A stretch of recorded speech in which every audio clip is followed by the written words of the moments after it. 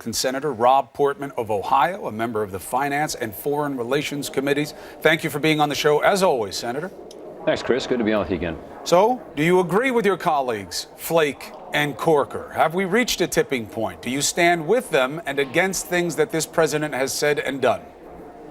Well, first, they're buddies of mine. They're friends. They're good legislators, and I respect them.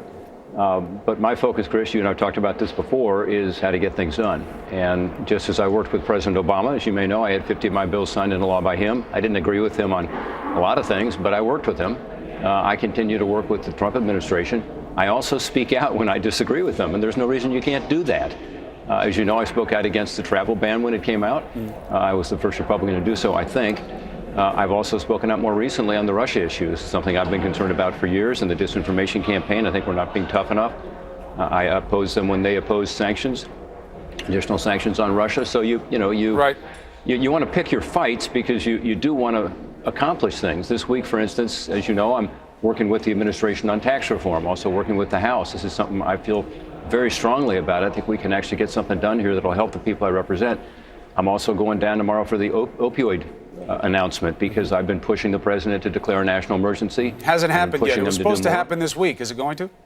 I hope it will. I hope it will. I mean, there's a meeting tomorrow at the White House. I'm told he's going to make some announcements, and we need to implement the legislation that you and I have talked about, right. The Comprehensive Addiction Recovery Act, much more aggressively. So I think to me, you try to get above the Twitter wars and focus on the policy issues so you can get some things done. But let's test that a little bit, because what the man says matters.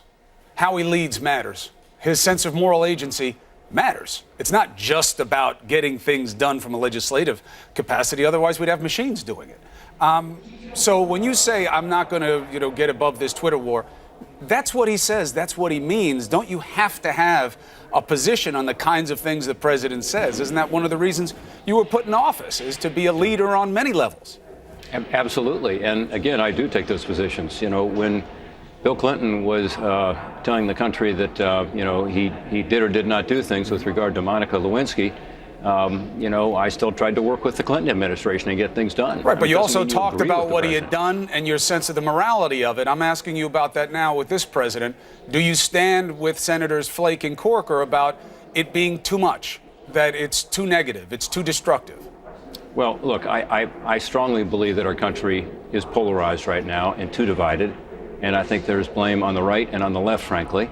And I think there are too many people in our country who are getting their information only from sources on the right and the left and not realizing that the way in which we move forward as a people is to find common ground together. And that's where I try to focus. And I'll continue to do that, not just with the administration, but with my colleagues in the Congress. I mean, this is an opportunity, for instance, on the opioid crisis, to keep it not just bipartisan, but even nonpartisan. No, I get you. I get you on the issues. We've talked about opioids, and you're always welcome to do it on this show. As you know, we just did a documentary on the issue as it affects New Hampshire. Ohio's not immune, West Virginia, and other states. No question.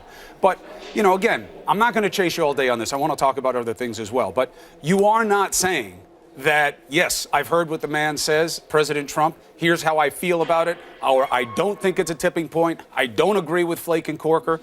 Can you give an answer that's on that? Well, look, let me give you a specific answer. I saw this morning some tweets saying that, somehow Bob Corker maybe wasn't for tax reform or Jeff Flake wasn't in the meeting. The president has yesterday. Also said Corker brought us the Iran deal. You know that's not true. You know that saying that is a lie, because a lie is when you know something's false and you say it anyway to deceive. That's the only explanation for saying that about Corker. He was against it. He voted against it. Yeah, and he tried very hard to improve it as well. But on the tax reform point, just let me back up to that. They're for tax reform. And, these two senators are going to do what they think is best for the people they represent. And I think But you have no opinion about the president saying those things, Senator?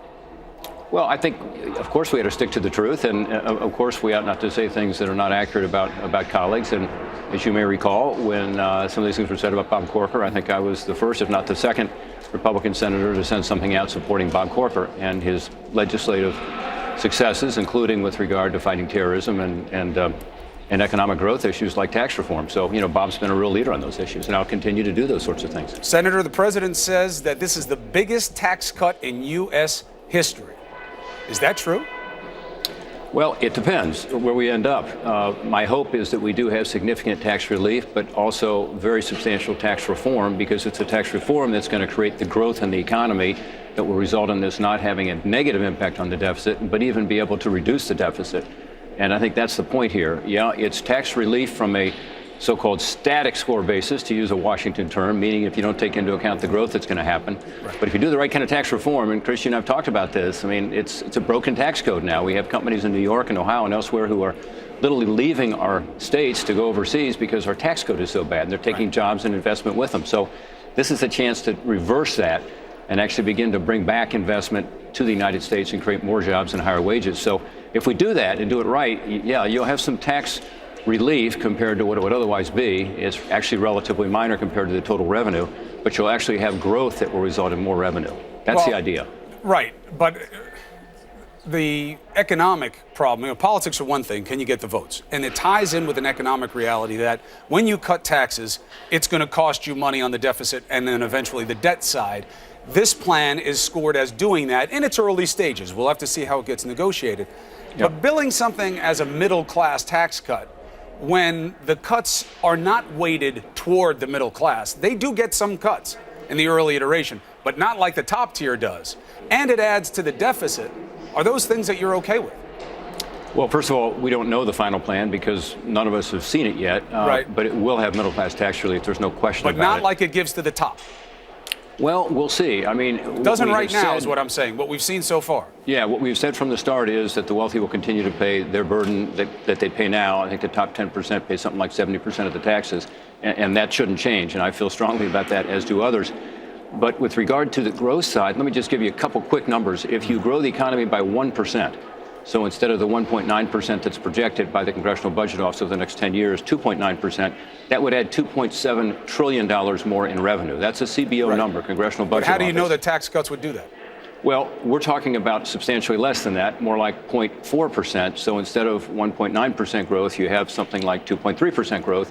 You and I grew up at a time when we had 3.5% or 4% growth regularly. Right. So if you do the kind of tax reform we're talking about, and it needs to be properly scored by people who look at the growth element of this, we will have growth. There's no question about it. We have the highest business rate in the world right now. There are literally companies leaving our shores, as we talked about earlier. You got $2.5 or $3 trillion locked up overseas that can come back. Well, you definitely have the money locked up overseas. That's something that we're looking for you guys to address. But you know that that's a little fuzzy math when it comes to the tax burden on businesses. The nominal rate is one thing. The practical rate that they pay with all the loopholes and the way that they're able to hide money is something else. And when you look at it that way, they're not doing badly by being in the U.S. The effective rate is still above the average of the industrialized countries. The OECD average is now 22.5%. We're at 35%. The effective rate is probably in the mid to high 20s. Right, but it's not the worst in the world, as we keep hearing from your side of the aisle. Well, it is in terms of the statutory rate, which is what companies look at initially. But they don't pay it. You have to add the percentage in New York State and Ohio and other states. It's an average actually of about 39%. Most companies still pay. Some do. You talk to your retailers. But some pay nothing. And they do. But some pay nothing. That's why I'm saying it just becomes like what the priorities are. And that will change under this proposal. In other words, everyone will pay some tax under this proposal, which is another important difference. But look, this is something Chuck Schumer and I agreed to 2 years ago, that we needed to fix our international tax system, to go to a so-called territorial system, to lower the rate, to bring back this money, to bring back the jobs. Chuck Schumer wanted to put some of the money into infrastructure as well, to be honest, but that's fine too. But my point is, this has not been a partisan issue. I mean, it was in the Simpson-Bowles proposal that everybody supported. So this is something we should do, and if we do it, there's no question, and economists agree on this, it will increase economic growth, which will raise revenue. The question it depends is how much. what you do. I mean, if you repatriate money, obviously that's a good thing. You have more money in your economy. The idea of jobs, the president puts it in quotes, in caps, jobs. You have lots of jobs here. In some places, you have more jobs than they have able-bodied or competent labor, which goes to training and how we treat our workers from the last generation to this generation. But it's about wages. The theory that, we're going to give companies more money so they can pay people more. We haven't seen companies holding cash the way they are right now in a long time, if ever. No. They ain't paying more. So the idea of just giving them more money, that doesn't necessarily communicate to larger wages. Well, what the Congressional Budget Office has said, again, this is a nonpartisan group, so I look to them on things like this. They have said that when you do lower the business rate, 70% of the benefit will go to workers in terms of wages and benefits. Why? Because there's more competition for workers, and particularly with the tight labor market we've got right now, and you're correct about that. There's no question in my mind you are going to see a bump up in wages. We're already seeing it in the last quarter, as you know, finally, after really a decade and a half of flat wages, higher expenses. And that middle class squeeze that results is one of the things that we're trying to address here. They definitely need help. Both through the business side, but also through the middle class tax relief. So I think this is identifying the problem properly, which you just did, which is the middle class squeeze. Right. Identifying the problem properly, which is American companies literally not becoming American companies, but becoming foreign companies, which hurts us because jobs and investment follow that. There's a recent study by this group, Ernst & Young, accounting firm, saying 4,700 companies would be American companies today rather than foreign companies if we'd put this kind of tax reform in place 13 years ago. In other words, just in the last decade, right. I saw we've that. lost so many companies. I saw that analysis. We'll talk about it when we get more meat on the bones, because as you know, the number one reason that they're going somewhere else other than innovation is labor costs. And that's another conversation that needs to be had about how you curtail a business's calculus about what makes sense for them and how you incentivize labor cost, as you know, Chris, is a smaller and smaller part of the calculation as other countries do raise their wages and as there's more mechanization, more innovation, more technology. But look, it's crazy that we have a tax code that is not serving the American worker. If you are working in a manufacturing industry in America today and it's international, you are working every day with one hand tied behind your back. So let's at least give them the tax code that lets them be competitive. I hear it, and we'll see how you do that. Senator, thank you for coming on the show. Thanks, Chris. As always, you're always welcome. Allison.